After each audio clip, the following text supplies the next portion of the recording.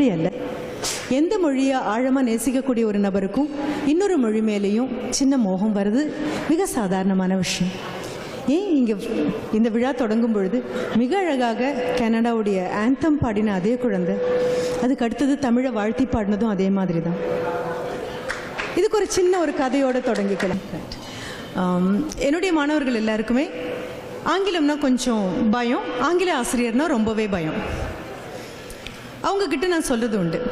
ஒரு சின்ன கதை, அந்த கதையோடு தான் தொடங்குறேன். ஆனால் நம்ம போக வேண்டிய தூரம் ரொம்ப அதிகம் இருக்குது.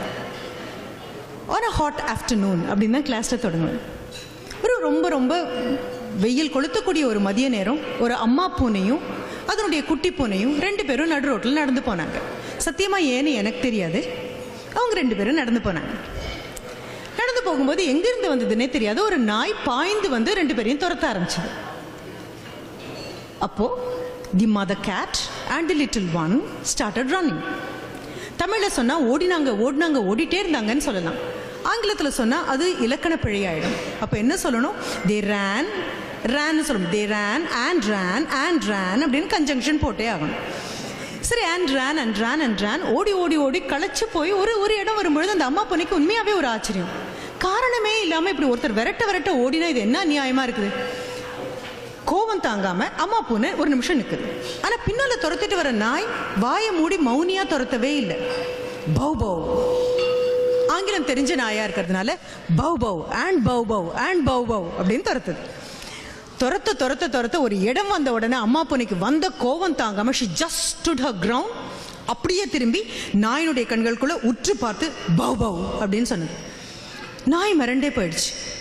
என்னடா அது, பூனைனா மியாவும் தானே சொல்லணும், இது என்ன பவ் பவ் அப்படின்னு சொல்லுதேன். அவ்வளோதான். It was the turn of the dog to run. நாய் தலைதறிக்க ஓட ஆரம்பிச்சது. அம்மா பூனை தன்னுடைய குட்டி பூனையை குமிஞ்சு பார்த்து, now you understand the importance of a second language.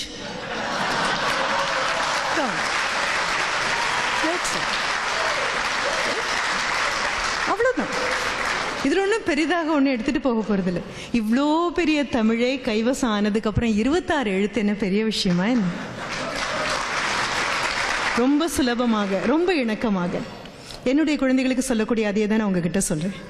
ஆங்கிலேயன் எங்கள் நாட்டுக்குள்ளே வந்து படையெடுத்து வந்து நம்மளெல்லாம் ஆக்கிரமித்து, வர்த்தக ரீதியாக ஆக்கிரமித்து எல்லாம் வரும் வரைக்கும் மொழி இல்லாமையாக உட்காந்துருந்தோம், ஊமைகளாகவா உட்காந்துருந்தோம்? இல்லைப்பா, மொழி இருந்தது. மிக அழகான ஒரு மொழி இருந்தது.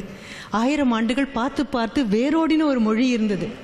After all, the English gave us another language and yet another attitude towards life. அவ்வளோதான். வாழ்க்கையை பார்க்க ஒரு கண்ணோட்டமும் வாயை திறந்து பேசுறதுக்கு ஒரு மொழியும் கொடுத்தாங்க.